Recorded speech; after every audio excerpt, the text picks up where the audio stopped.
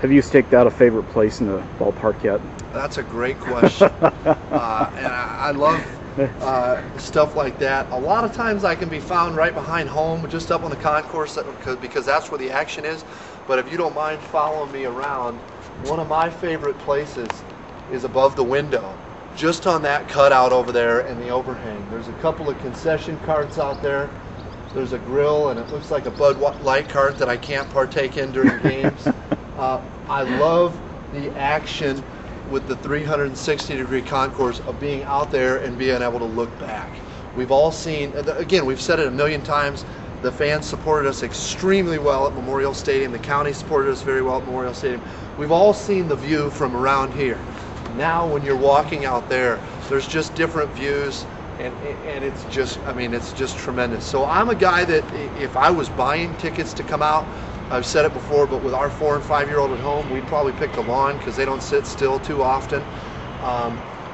But you could ask 10 people walking around here, and somebody's going to pick field boxes, and somebody's going to pick, you know, the suites that are so great. And so we've really been blessed with.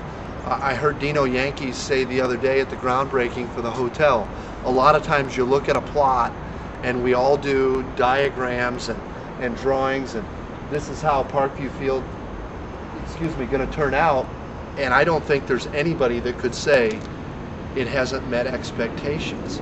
And so the city and us and HOK and everybody has made that happen here. We know they're going to do the same with the hotel.